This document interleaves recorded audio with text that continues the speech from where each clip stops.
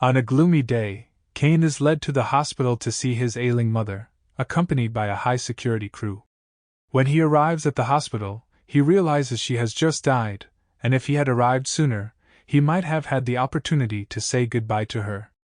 He, however, requests to have a farewell to her deceased mother, which the guards grant him. However, a dramatic event turns inside the elevator while they leave. He then goes to the hospital's back door and successfully escapes. In the following scenario, Kane tries to enter a private pub but is prevented by bouncers. Following a couple fistfights, Kane effortlessly knocks them down and enters the bar. During a nice chat with a talkative but cheeky bartender named Bez, he announces himself as a member and requests a large glass of beer. While sipping the beer, he attempts to overhear the talks of a group of people sitting on the other side of the bar. They are members of a gang that has recently reduced its activity following the murder of one of its members, Rook, and the disappearance of the accountant. One of the gang members who witnessed Rook's murder begins to describe it. In his version of the incident, they were selling drugs at their regular hangout when they noticed someone standing nearby and staring at them in the dead of night. While Toon was busy with the customer, Rook approached the man fearlessly, trying to figure out what the person wanted and why he was staring at them. Rook became agitated and attempted to hit him in the face. However, he was immediately attacked with an axe, severing his hand and collapsing to the ground covered in blood. Toon claims that after witnessing the tragedy, he pursued the perpetrator and made him flee in panic. Kane bursts out laughing and begins mocking Toon because he believes the guy isn't tough enough to scare someone away.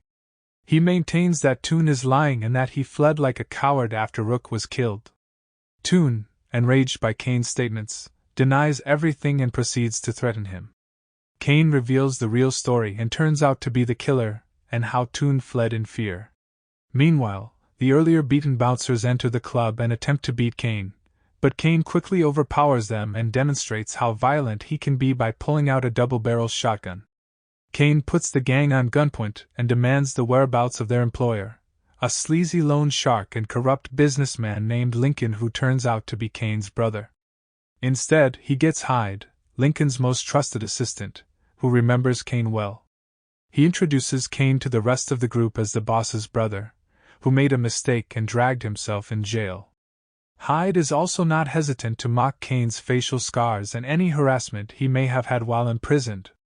At this time, one of the bouncers attacks Kane, but before he can reach him, he is shot in the kneecap, causing his leg to fracture. He begins screaming in terror because he is in excruciating pain.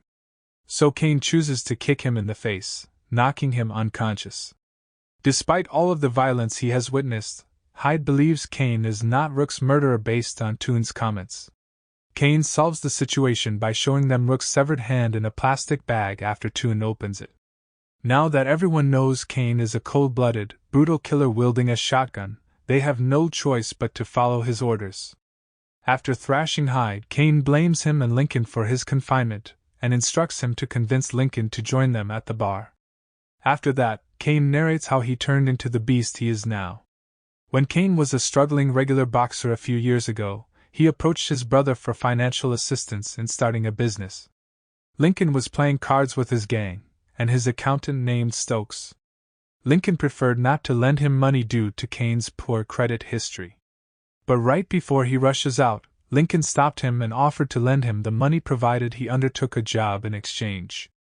With no other option, Kane accepted the position without knowing what it entails. He visited Hyde's office and received the necessary information. Kane was informed that all he needed to do was to steal a parcel from a woman and return it back to the office. Unaware of the implications, Kane performed the robbery. The woman began feverishly rushing after him, as if her life relied on that parcel. The chase lasted until the woman got hit by a car. And Kane, taken aback by the situation, was promptly detained. A few days later, Kane met O'Hara, a top investigator who had spent years keeping an eye on his brother. During this meeting, he learned that his brother runs a dirty loan business in which borrowed money is stolen before it can be used, causing the prey to become increasingly in debt, eventually leading to the business seizing all of the prey's personal property, including their homes and vehicles. The investigator requests that Kane hand over Lincoln, But despite knowing some of his horrible activities, Cain refused and remained loyal to his brother. He now had his hands muddy in 3 situations: robbery, manslaughter, and organized crime. But the prospect of his brother assisting inspired him not to give up. He met Sergeant Evans, a big, harsh interrogator who tortured criminals in exchange for confessions without the detective's knowledge. Cain was badly battered by Evans, and despite his tied-up hands, Evans' strong punches eventually knocked him out. He then ended up at Belmarsh, the filthiest and most vicious jail, commonly known as the meat grinder. On the first day, he got attacked by a strong man for no apparent reason. Cain tried to protect himself, but quickly found himself in a big brawl with the other inmates. After knocking down a handful of them, they eventually captured him and brutally destroyed his front teeth. Because of this incident, he received metal dentures, which he enjoys because they make him appear exceedingly menacing. His mother, who was still alive at the time, visited him in jail. She informed Cain that Lincoln blamed him for his confinement, and he would not take any action. After hearing this, Cain believed that his loyalty to Lincoln was futile, and that his brother had abandoned him in jail, despite the fact that Lincoln was the reason he was imprisoned in the first place. Regardless, he maintained his spirit and urged his mother to see that Lincoln contacts him. Days had gone with no word from Lincoln. No meetings, no phone calls, and no letters. Cain eventually understood he was completely alone and had to stand on his own. During his captivity, he was constantly attacked by other inmates, and he was never sure of their motivations. Yet, he had no choice but to protect himself, so he began a difficult physical and mental program to prepare himself for the impending attacks.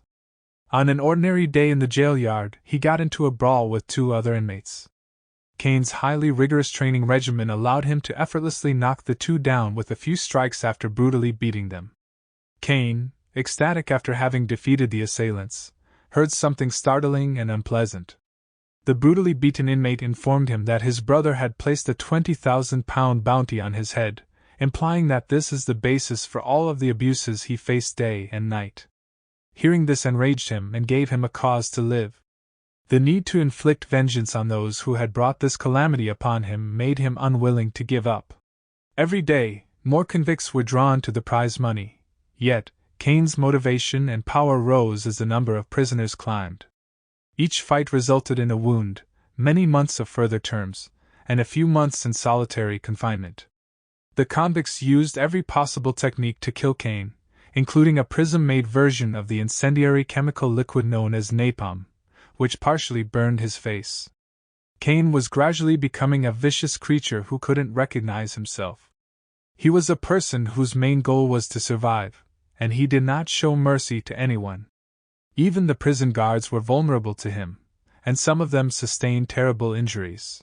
Cain had been in prison for 3 years, and one day his mother paid him a visit with devastating news. He was notified that she had pancreatic cancer and would be unable to see him very often. Cain collapsed at hearing this, unable to explain to his mother what a terrible thing Lincoln did, as he was now his mother's sole confidant. Detective O'Hara paid Cain a visit at the hospital, where he was being treated for one of his regular confrontations. During this encounter, Cain discovered that Sergeant Evans, the dishonest officer who cruelly tortured him, was one of Lincoln's ears and was working for him as a spy.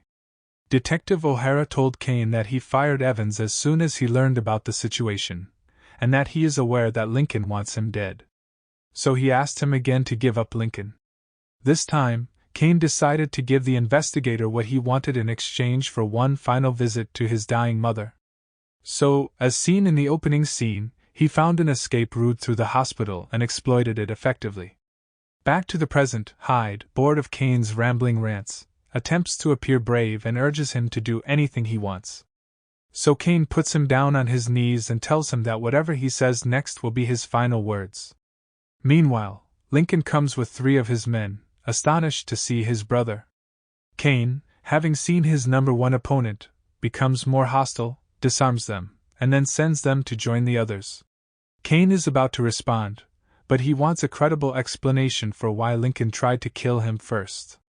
After pulling off the botched blood brother drama, Lincoln explains he had no choice but to do it because one of his spies discovered Kane's intention to snitch on them. Kane, who is aware of Evans, informs him that he was given false information, and instead of his own brother, he chose to trust a corrupt police officer who is no longer able to work for him because Kane recently passed by him at his new workplace and, after a long struggle, killed him with a hammer blow to the head. Lincoln, impressed with his brother's brilliance and precise planning, promises him a new life and a fresh start. Hyde defies Kane's, hence savagely shooting his head, resulting in a sudden death that is very terrible for the spectators. Lincoln, still reeling from the tragic death of his greatest assistant, awaits Kane's next strike. It's difficult for him to comprehend, yet barely £5,000 remain in his account.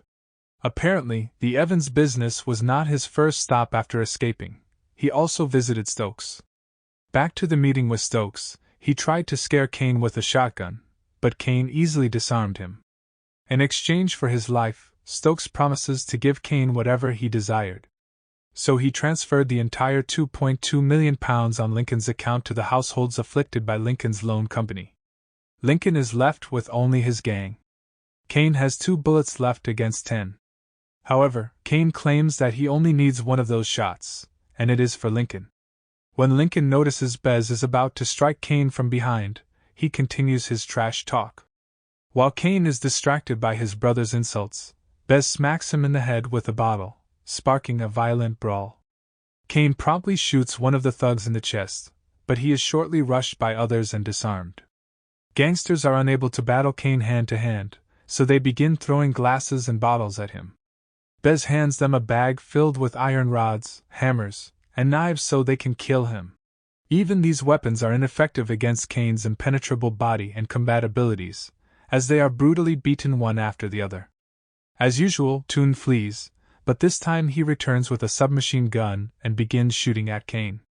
In an amusing twist, none of Toon's rounds reach him, and after accidentally killing one of his own gang members, Kane snatches his gun and slaughters a couple more with the modest gift he recently received. The remaining tough people can assault Kane multiple times with kicks, punches, and knives. However, one by one, they are slain in a horrific manner. At this moment, just Bez, Lincoln, and Kane are remaining. With a shotgun leveled at Kane, Lincoln declares that he doesn't care if Kane wanted to rat on him or not. He had placed a bounty on his head solely because Kane was ruining his reputation among his colleagues. After disclosing the truth, Lincoln pulls the trigger, but is astonished to discover that there are no bullets left. Kane, who knew the gun was empty, snickers at him, relieved that he hadn't fallen for Lincoln's previous deceptions. Lincoln lashes out at Kane, seeking to stab him with the weapon Bez gave him. A typical man-versus-man knife fight unfolds, and Lincoln is eventually punished for his terrible crimes with a stab from his brother. Kane, who seemed to have no desire to murder a woman, including a shrew who sought to kill him, abandons Bez with the bodies of people she has served her entire life. At the end, we witness one of Lincoln's prey, surprisingly looking at his account balance, indicating that Kane has been able to partially compensate for his brother's wrongdoings, and aside from Kane's delight, the retaliation has also helped the praise of Detective O'Hara. Thanks for watching. If you are new, don't forget to subscribe for more of these recaps. Until next time, have a nice day.